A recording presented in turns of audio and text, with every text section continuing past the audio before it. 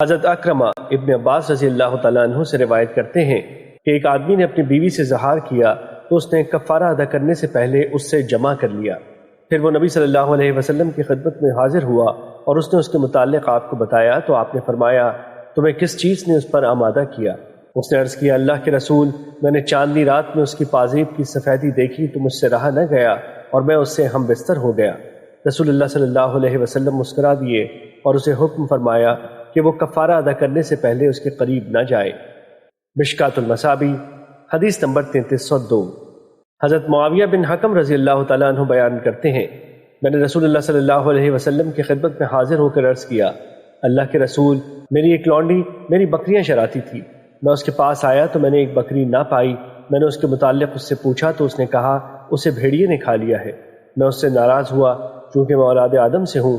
میں نے اس کے چہرے پر تھپڑ مار دیا اور کسی وجہ سے غلام آزاد کرنا مجھ پر واجب ہے، کیا میں اسے آزاد کر دوں؟ رسول اللہ صلی اللہ علیہ وسلم نے اس لونڈی سے پوچھا اللہ کہاں ہے؟ اس نے کہا آسمان میں۔ آپ صلی اللہ علیہ وسلم نے فرمایا میں کون ہوں؟ اس نے عرض کیا آپ اللہ کے رسول ہیں۔ رسول اللہ صلی اللہ علیہ وسلم نے فرمایا اسے آزاد کر دو۔ یہ مالک کی روایت ہے اور مسلم کی روایت میں ہے انہوں یعنی معاویہ بن حکم رضی اللہ تعالیٰ عنہ نے کہا میری ایک لونڈی تھی جو احد اور جوانیہ کی طرف میری بکریاں چرایا کرتی تھی۔ ایک روز میں نے دیکھا کہ بھیڑیا ہماری بکریوں میں سے ایک بکری لے گیا۔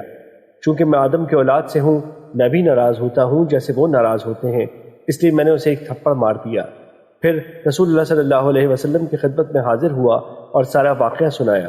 آپ نے میری اس حرکت کو بڑا جرم قرار دیا۔ میں نے عرض کیا اللہ کے رسول، کیا میں اسے آزاد نہ کر دوں؟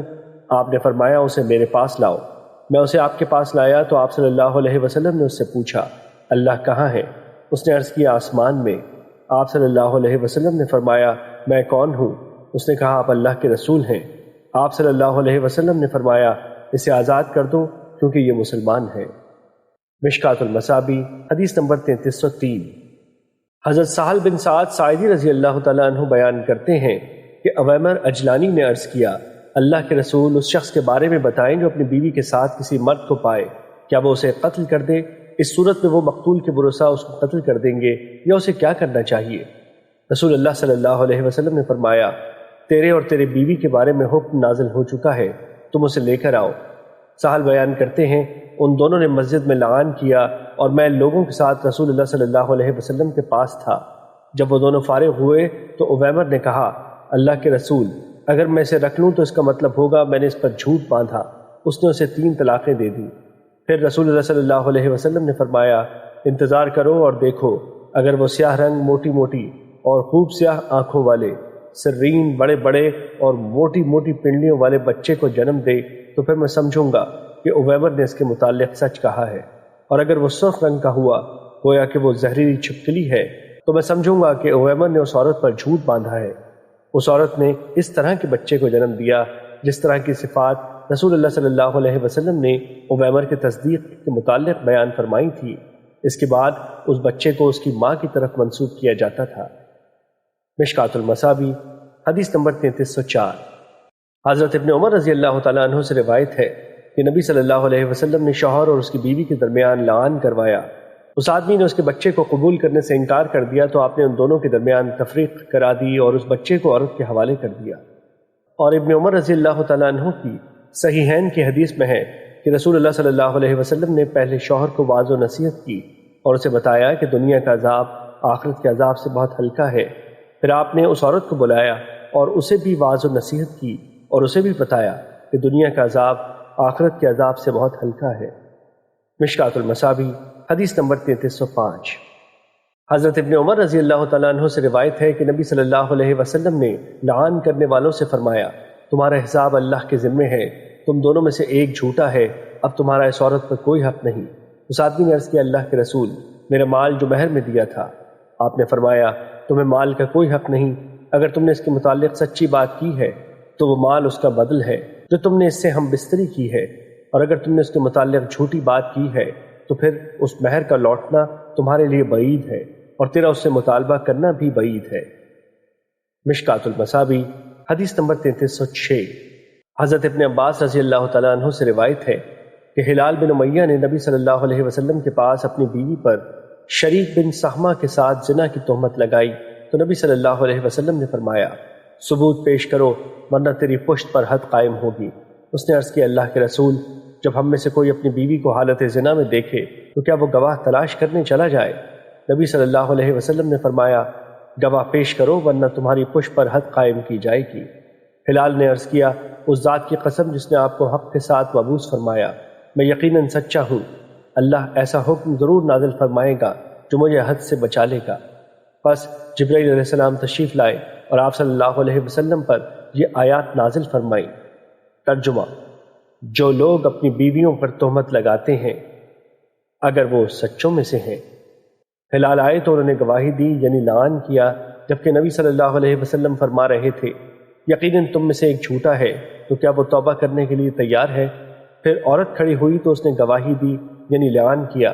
جب وہ پانچویں گواہی پر پہنچی تو انہوں نے اسے روکا اور انہوں نے کہا یہ پانچویں گواہی واجب کرنے والی ہے۔ ابن عباس رضی اللہ تعالیٰ عنہ نے فرمایا اس نے توقف کیا اور خاموشی اختیار کی حتیٰ کہ ہم نے سمجھا کہ وہ اپنے موقف سے رجوع کر لے گی۔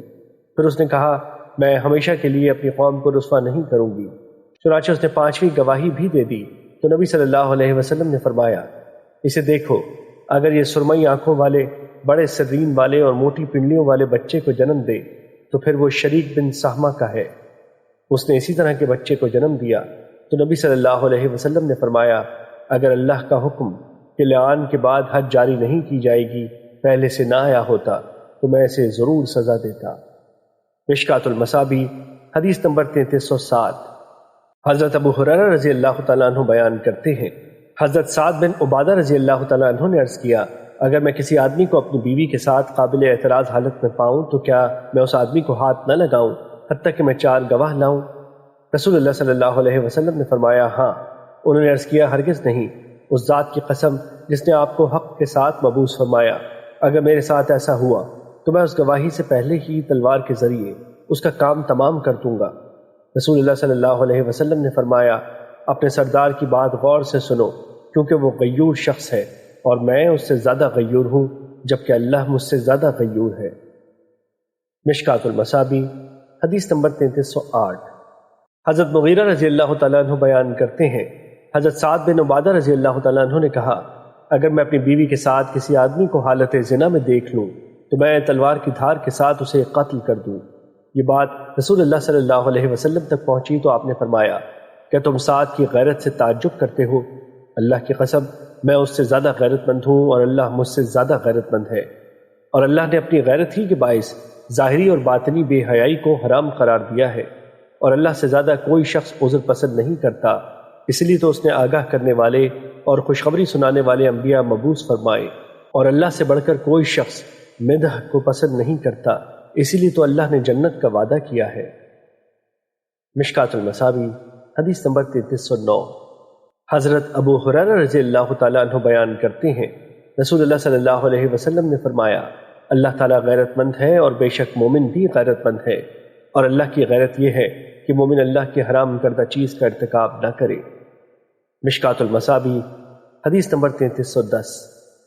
حضرت ابو ہریرہ رضی اللہ تعالیٰ عنہ سے روایت ہے کہ ایک اعرابی رسول اللہ صلی اللہ علیہ وسلم کی خدمت میں حاضر ہوا تو اس نے عرض کیا میری بیوی نے ایک سیاہ بچے کو جنم دیا ہے، میں نے اسے قبول کرنے سے انکار کر دیا۔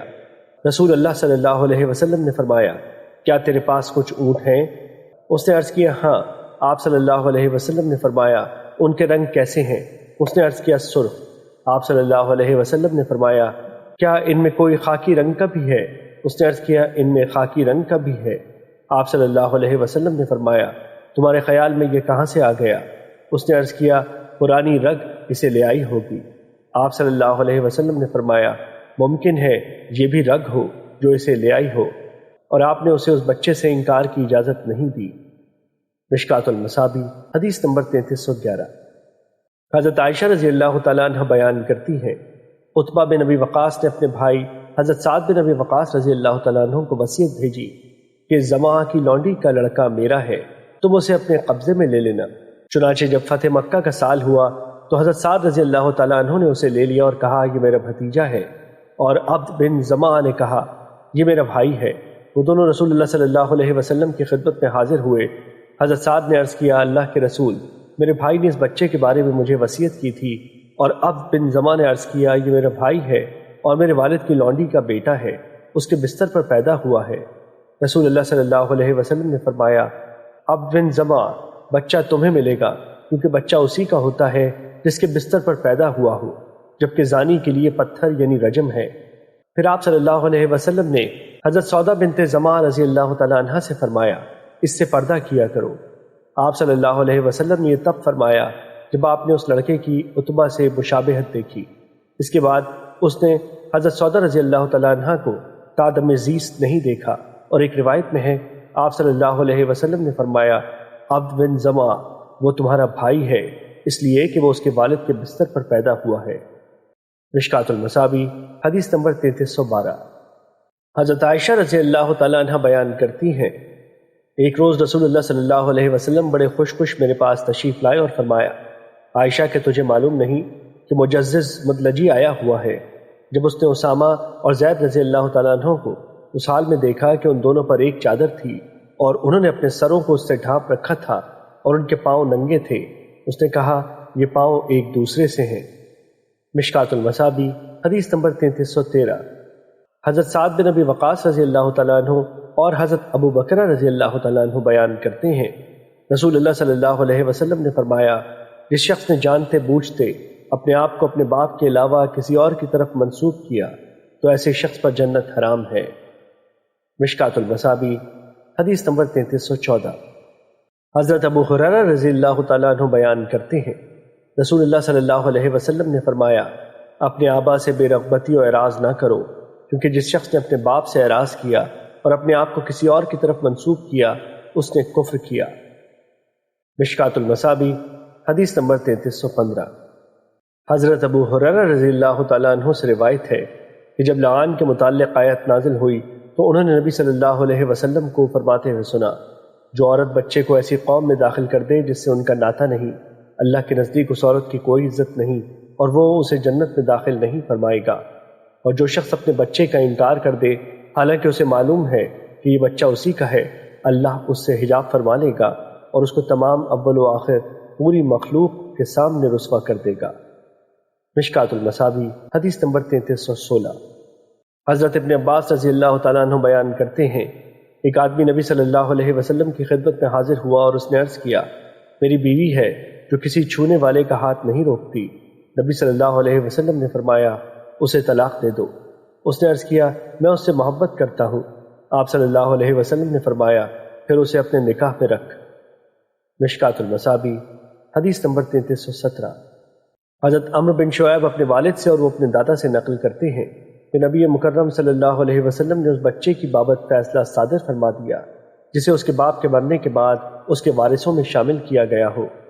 اگر وہ بچہ ایسی لونڈی کا ہے کہ مرنے والے شخص نے اس لونڈی سے اس وقت ہم بستری کی تھی جب وہ اس لونڈی کا مالک تھا، تو وہ بچہ اس کے ورثہ میں شامل ہے۔ اس کے پیدا ہونے سے پہلے جو وراثت تقسیم ہو چکی اس سے وہ محروم رہے گا، البتہ پیدا ہونے کے وقت جو ترکہ موجود تھا اس میں سے اسے حصہ ملے گا۔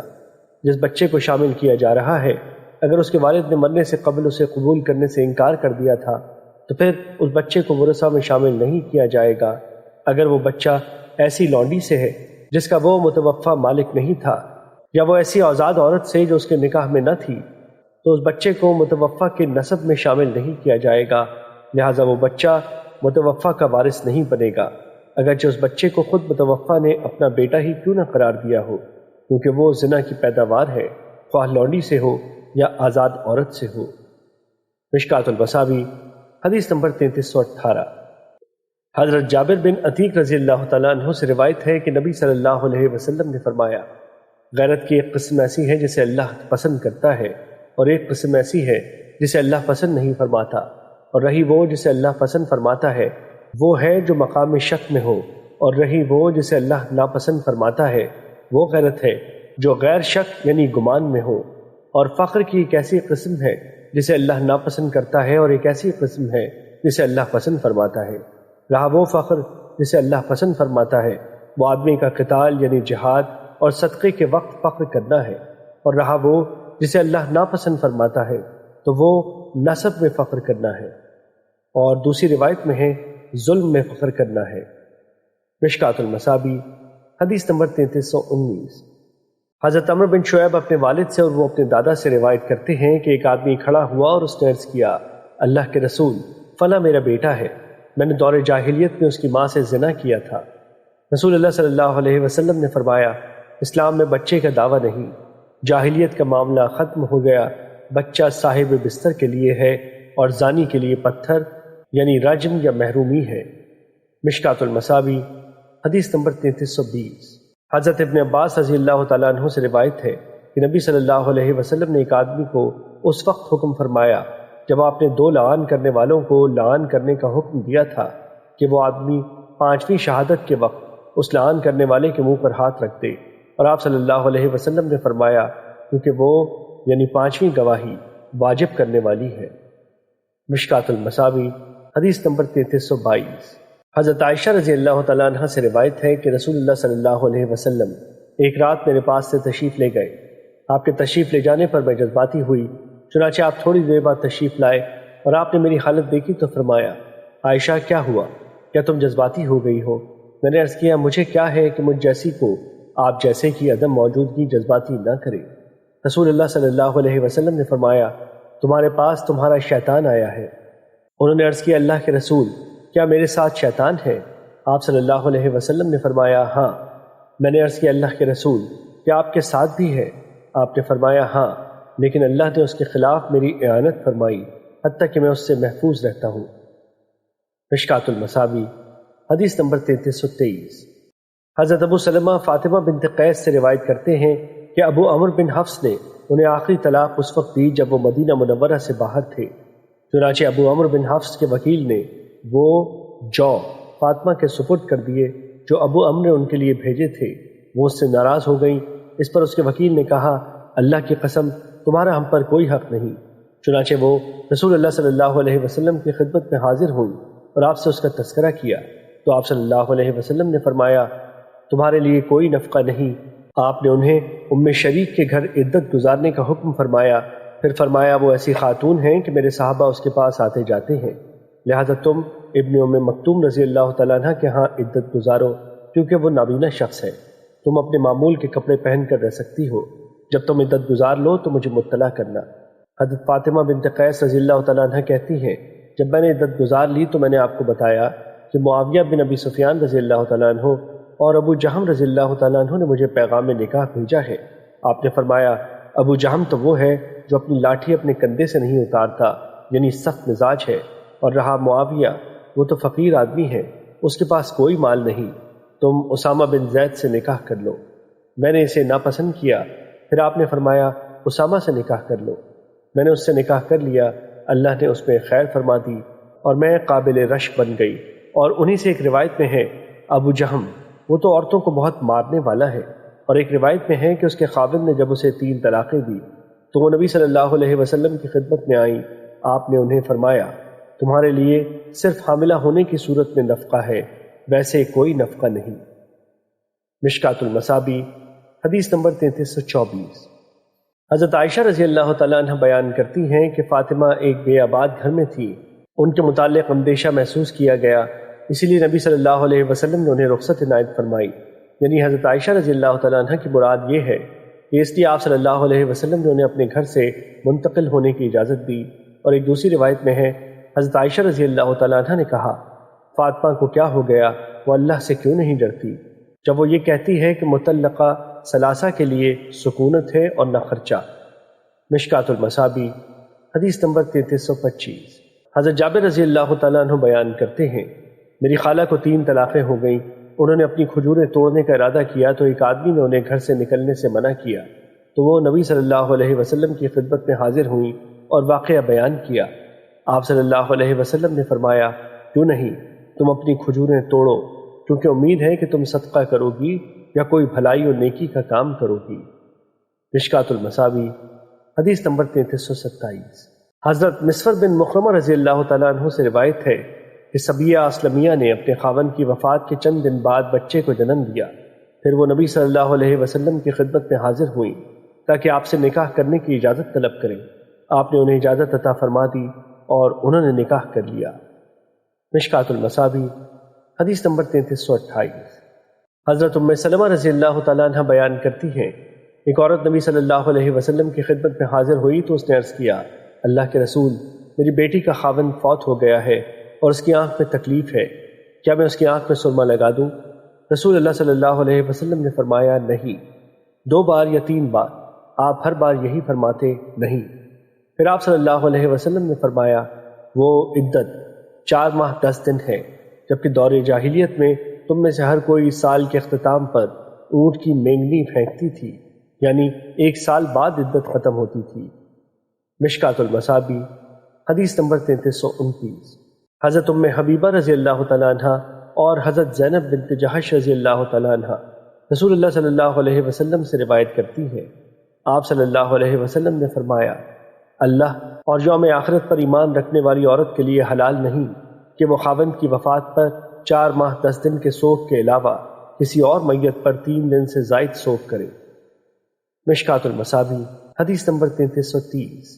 حضرت ام عطیہ رضی اللہ تعالیٰ عنہ سے روایت ہے کہ رسول اللہ صلی اللہ علیہ وسلم نے فرمایا، کوئی عورت کسی میت پر 3 دن سے زائد سوگ نہ کرے، البتہ خاوند پر 4 ماہ 10 دن کا سوگ کرے، اور وہ یمنی لکیردار چادر کے سوا رنگے ہوئے کپڑے بھی نہ پہنے، نہ سرما ڈالے اور نہ خوشبو لگائے، البتہ جب وہ حیض سے پاک ہو جائے تو پھر قسط یا اسفار کی معمولی سی خوشبو لگا لے۔ اور ابو داؤد نے یہ اضافہ نقل کیا ہے، وہ مہندی نہ لگائے۔ مشکات المصابیح حدیث نمبر 3331۔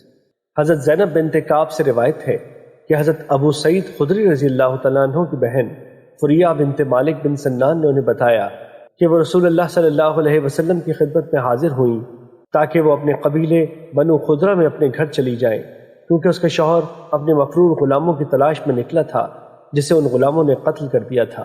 وہ بیان کرتی ہیں، میں نے رسول اللہ صلی اللہ علیہ وسلم سے مسئلہ دریافت کیا کہ میں اپنے گھر والوں کے پاس چلی جاؤں، کیونکہ میرے شوہر نے نہ تو اپنا ذاتی گھر چھوڑا ہے اور نہ نفقہ۔ وہ بیان کرتی ہیں، رسول اللہ صلی اللہ علیہ وسلم نے فرمایا، ہاں۔ میں واپس مڑی، حتیٰ کہ جب حجرے میں تھی یا مسجد میں تھی تو آپ صلی اللہ علیہ وسلم نے مجھے بلایا اور فرمایا، اپنے گھر میں رہو حتیٰ کہ عدت پوری ہو جائے۔ وہ بیان کرتی ہیں، میں نے وہاں 4 ماہ 10 دن عدت گزاری۔ مشکات المصابیح حدیث نمبر 3332۔ حضرت ام سلمہ رضی اللہ تعالیٰ عنہ نبی صلی اللہ علیہ وسلم سے روایت کرتی ہیں، آپ نے فرمایا، جس عورت کا خاوند فوت ہو جائے تو وہ نہ تو زرد رنگ کے کپڑے پہنے اور نہ سرخ رنگ کے، اور نہ وہ زیور پہنے اور خضاب لگائے اور نہ ہی سرما لگائے۔ مشکات المصابیح حدیث نمبر 3334۔ حضرت سلیمان بن یسار سے روایت ہے کہ احوص نے شام میں اس وقت وفات پائی جب اس کی بیوی کو طلاق کے بعد 3را حیض شروع ہو چکا تھا، وہ اسے طلاق دے چکا تھا۔ معاویہ بن ابی سفیان نے اس بارے میں مسئلہ دریافت کرنے کے لیے حضرت زید بن ثابت رضی اللہ تعالیٰ عنہ کو خط لکھا تو زید نے انہیں جواب دیا کہ وہ 3رے حیض میں داخل ہو چکی ہے، وہ عورت اس سے بری الذمہ ہے اور وہ اس سے بری الذمہ ہے، وہ اس کا وارث نہیں اور یہ اس کی وارث نہیں۔ مشکات المصابیح حدیث نمبر 3335۔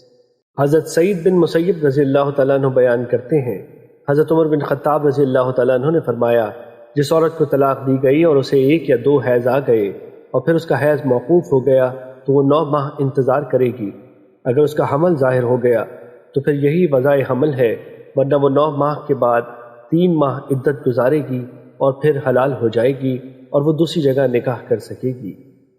مشکات المصابیح حدیث نمبر 3336۔ حضرت ابو دردہ رضی اللہ تعالیٰ عنہ بیان کرتے ہیں، نبی صلی اللہ علیہ وسلم ایک ایسی عورت کے پاس سے گزرے جو بچہ جننے کے قریب تھی، تو آپ نے اس کے متعلق سوال کیا تو انہوں نے بتایا کہ یہ فلاں شخص کی لونڈی ہے۔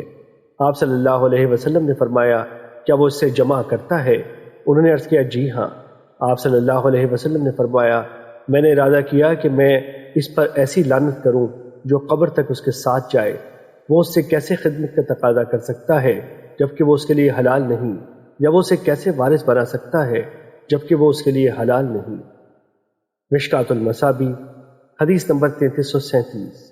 حضرت رویفع بن ثابت انصاری رضی اللہ تعالیٰ عنہ بیان کرتے ہیں، رسول اللہ صلی اللہ علیہ وسلم نے حنین کے روز فرمایا، جو شخص اللہ اور یوم آخرت پر ایمان رکھتا ہو اس کے لیے حلال نہیں کہ وہ اپنا پانی کسی اور کی کھیتی کو دے، یعنی حاملہ سے جمع کرے۔ اور جو شخص اللہ اور روز آخرت پر ایمان رکھتا ہے اس کے لیے حلال نہیں کہ وہ کسی لونڈی سے جمع کرے حتیٰ کہ اس کا رحم خالی ہو جائے، اور جو شخص اللہ اور روز آخرت پر ایمان رکھتا ہے اس کے لیے حلال نہیں کہ وہ مال غنیمت کو اس کی تقسیم سے پہلے فروخت کرے۔ مشکات المصابیح حدیث نمبر 3339۔ حضرت ابن عمر رضی اللہ تعالیٰ عنہ بیان کرتے ہیں کہ جب ایسی لونڈی جس سے جمع کیا جاتا ہو ہبہ کی جائے یا بیع کی جائے یا آزاد کی جائے تو وہ ایک حیض کے ذریعے اپنے رحم کے خالی ہونے کا یقین کر لے، اور کماری سے استبراء رحم کا نہیں کہا جائے گا۔ مشکات المصابیح حدیث نمبر 3341۔ حضرت عائشہ رضی اللہ تعالیٰ عنہ بیان کرتی ہیں، ہند بن عتبہ نے عرض کیا، اللہ کے رسول، ابو سفیان ایک بخیل آدمی ہے، وہ مجھے اس قدر نہیں دیتا جو میری اور میری اولاد کے لیے کافی ہو، مگر میں اس سے اس طرح لے لیتی ہوں کہ اسے پتہ نہیں ہوتا۔ آپ صلی اللہ علیہ وسلم نے فرمایا، اس قدر لے لیا کرو جو دستور کے مطابق تیرے اور تیری اولاد کے لیے کافی ہو۔ مشکات المصابیح حدیث نمبر 3342۔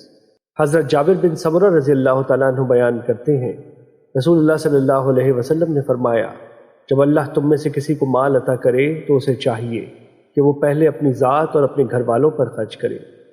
مشکات المصابیح حدیث نمبر 3343۔ حضرت ابو ہریرہ رضی اللہ تعالیٰ عنہ بیان کرتے ہیں، رسول اللہ صلی اللہ علیہ وسلم نے فرمایا، مملوک کا کھانا اور لباس دستور کے مطابق مالک پر واجب ہے، اور اس سے کام صرف اس کی طاقت کے مطابق ہی لیا جائے۔ مشکات المصابیح حدیث نمبر 3344۔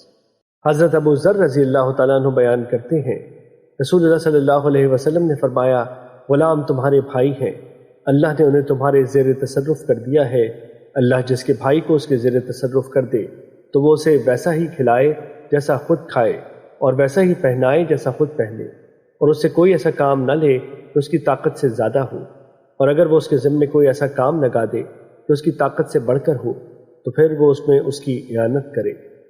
مشکات المصابیح حدیث نمبر 3345۔ حضرت عبداللہ بن عمر رضی اللہ تعالیٰ عنہ سے منقول ہے کہ ان کا منشی ان کے پاس آیا تو انہوں نے اسے فرمایا، کیا تم نے غلاموں کو ان کے کھانے کا سامان دے دیا ہے؟ اس نے کہا، نہیں۔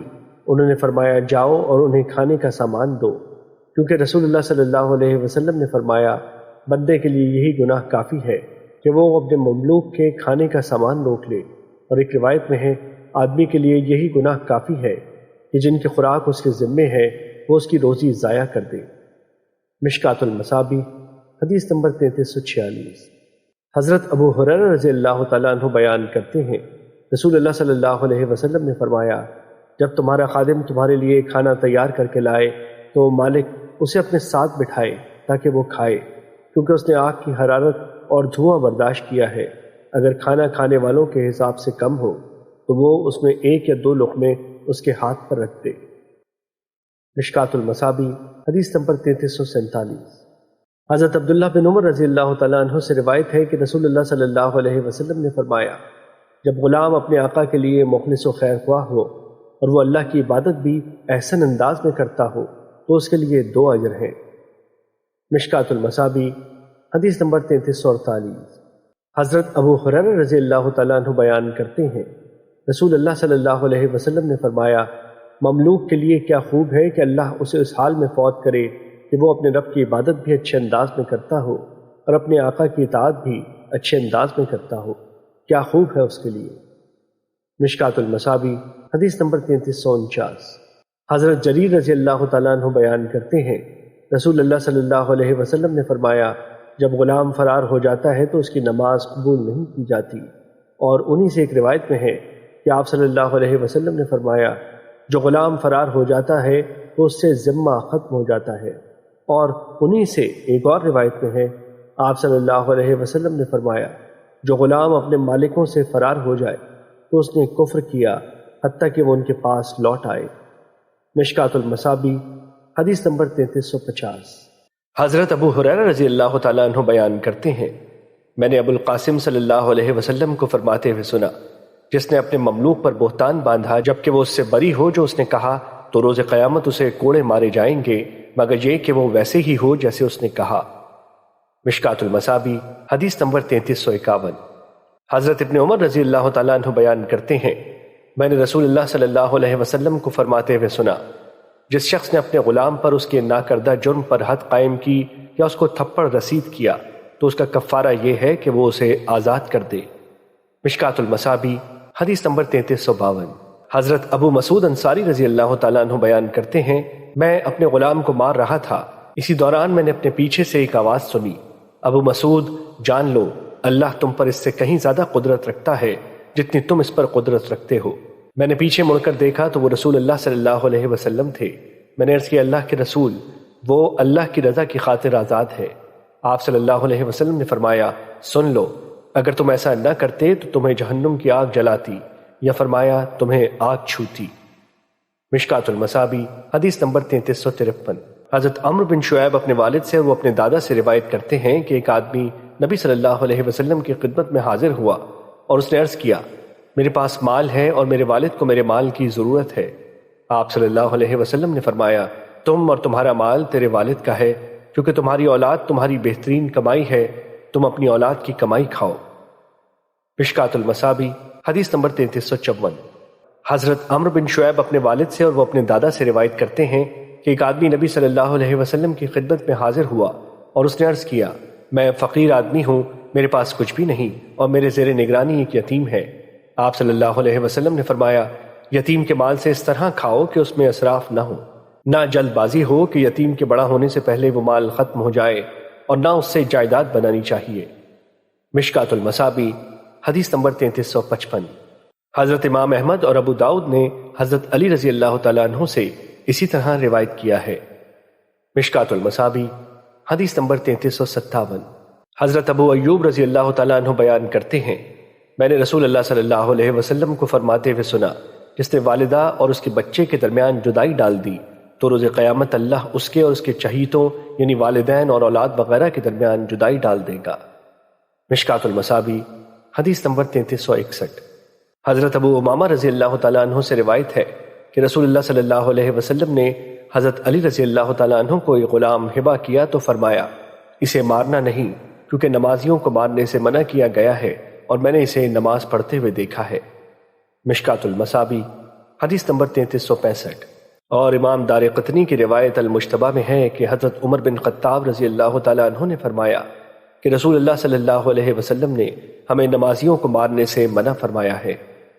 مشکات المصابیح حدیث نمبر 3366۔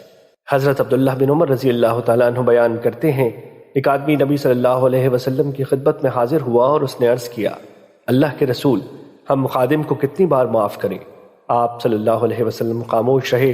اس شخص نے پھر یہی کہا، آپ پھر خاموش رہے۔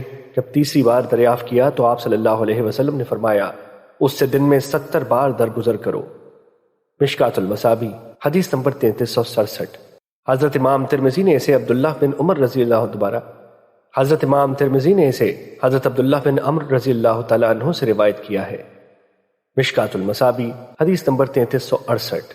حضرت ابو ذر رضی اللہ تعالیٰ عنہ بیان کرتے ہیں رسول اللہ صلی اللہ علیہ وسلم نے فرمایا تمہارے غلاموں میں سے جو غلام تمہاری معاونت کرے تو جو تم کھاتے ہو اسے بھی وہی کھلاؤ، اور جو تم پہنتے ہو اسے بھی وہی پہناؤ، اور ان میں سے جو تمہاری معاونت نہ کرے اسے بیچ دو اور اللہ کی مخلوق کو سزا نہ دو۔ مشکات المصابیح حدیث نمبر 3369۔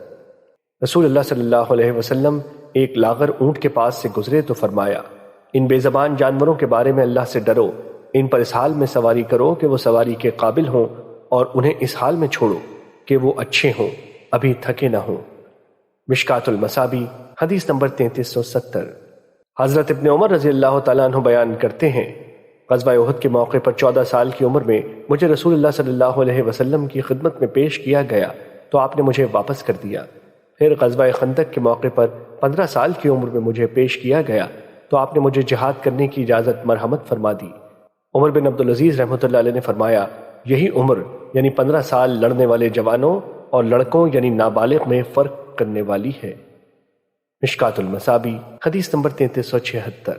حضرت براء بن عازب رضی اللہ تعالیٰ عنہ بیان کرتے ہیں نبی صلی اللہ علیہ وسلم نے حدیبیہ کے موقع پر 3 اشیاء پر صلح نبی صلی اللہ علیہ وسلم نے حدیبیہ کے موقع پر 3 اشیاء پر صلح فرمائی کہ مشرکین میں سے جو شخص ان کی طرف آئے گا اسے ان مشرکین کی طرف واپس کیا جائے گا، اور جو مسلمانوں کی طرف سے ان کے پاس چلا جائے تو اسے واپس نہیں کیا جائے گا، اور آپ صلی اللہ علیہ وسلم آئندہ سال مکہ میں داخل ہوں گے اور وہاں 3 روز قیام کریں گے۔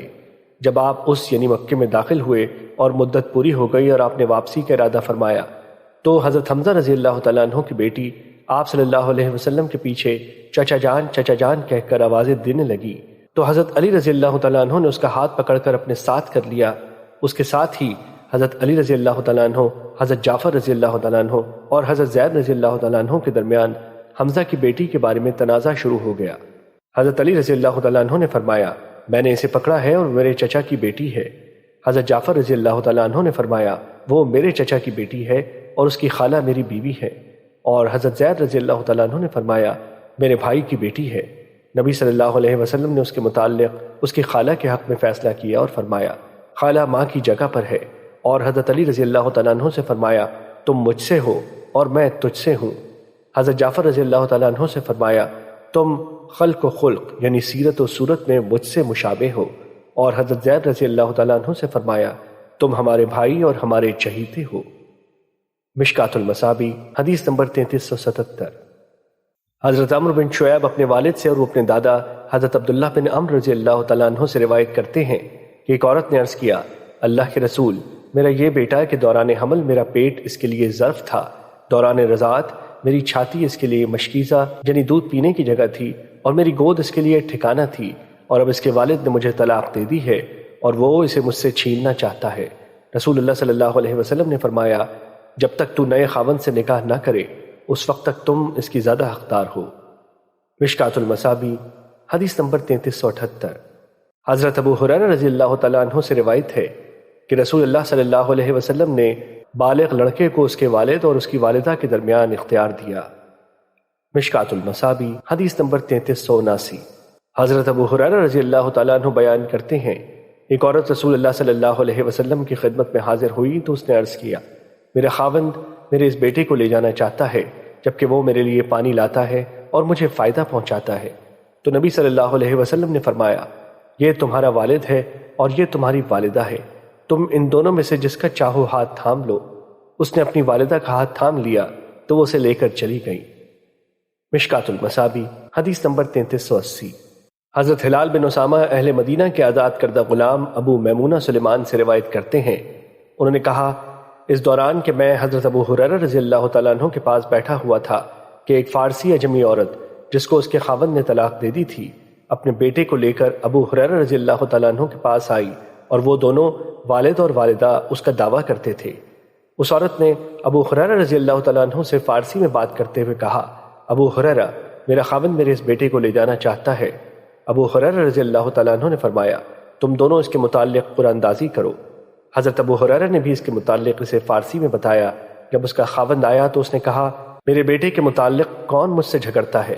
حضرت ابو ہریرہ نے فرمایا اے اللہ میں یہ فیصلہ اس لیے دے رہا ہوں کہ میں رسول اللہ صلی اللہ علیہ وسلم کے پاس بیٹھا ہوا تھا کہ ایک عورت آپ کی خدمت میں حاضر ہوئی تو اس نے عرض کیا اللہ کے رسول میرا خاوند میرے اس بیٹے کو لے جانا چاہتا ہے جبکہ وہ مجھے فائدہ پہنچاتا ہے اور ابو امبا کے کنویں سے لا کر مجھے پانی پلاتا ہے۔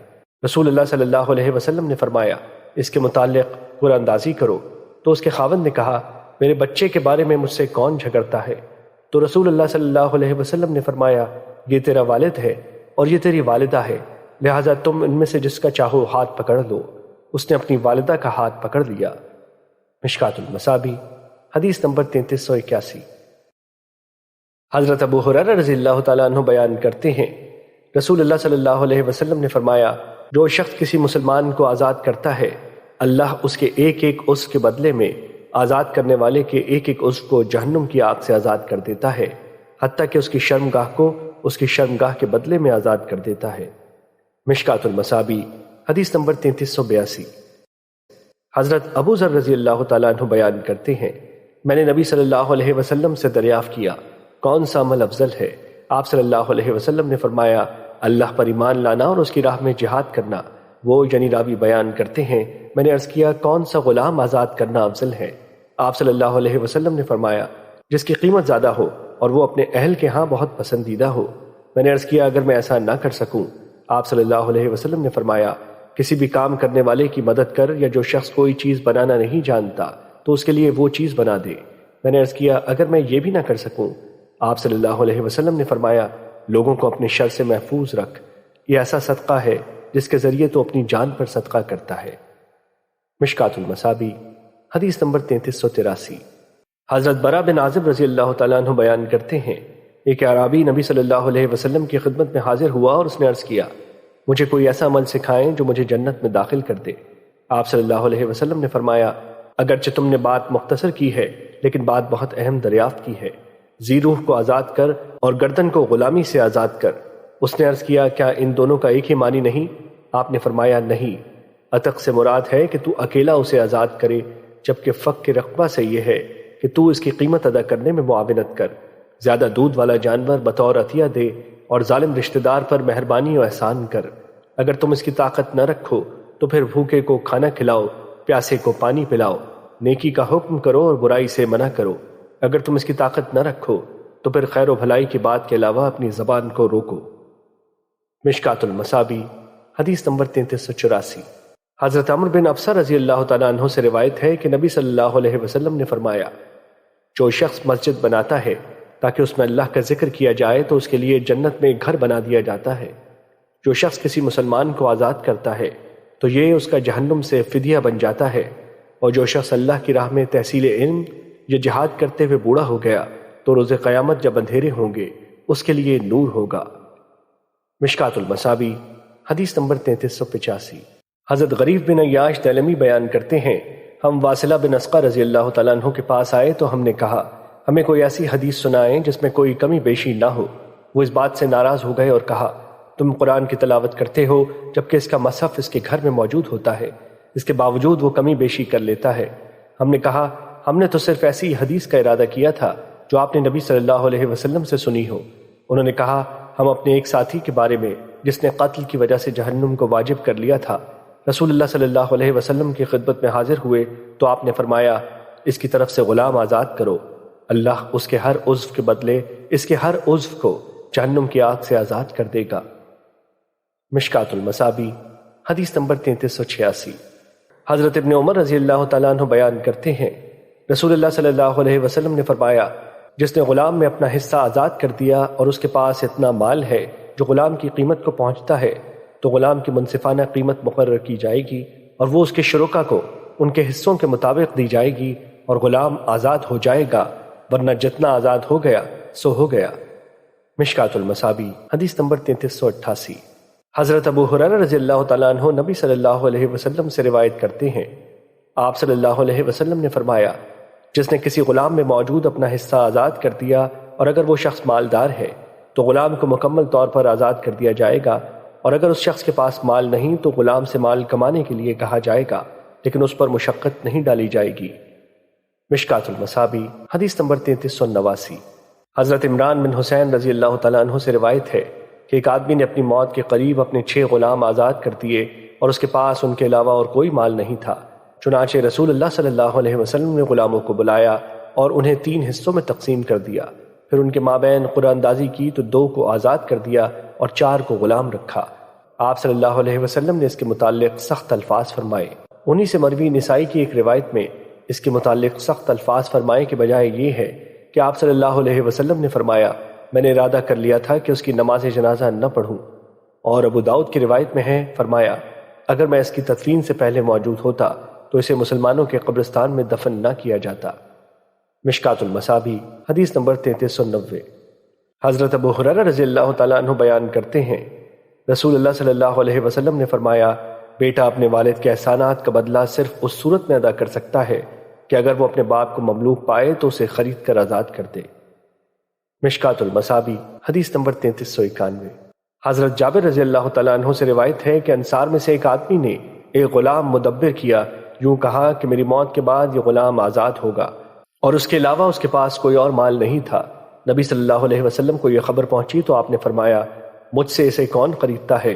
تو نعیم بن نہام رضی اللہ تعالیٰ عنہ نے 800 درہم کے بدلے میں اسے خرید لیا، اور مسلم کی روایت میں ہے کہ نعیم بن عبداللہ ادوی نے 800 درہم کے عوض اسے خرید لیا، اور اس آدمی نے یہ رقم نبی صلی اللہ علیہ وسلم کی خدمت میں پیش کی تو آپ نے وہ اسے دے دی، پھر فرمایا، پہلے اپنی جان سے شروع کرو اور اس پر صدقہ کرو، اگر کچھ بچ جائے تو پھر تیرے گھر والوں کے لیے، اگر تیرے گھر والوں سے بچ جائے تو تیرے رشتہ داروں کے لیے، اگر تیرے رشتہ داروں سے بچ جائے تو پھر اس طرح اور اس طرح۔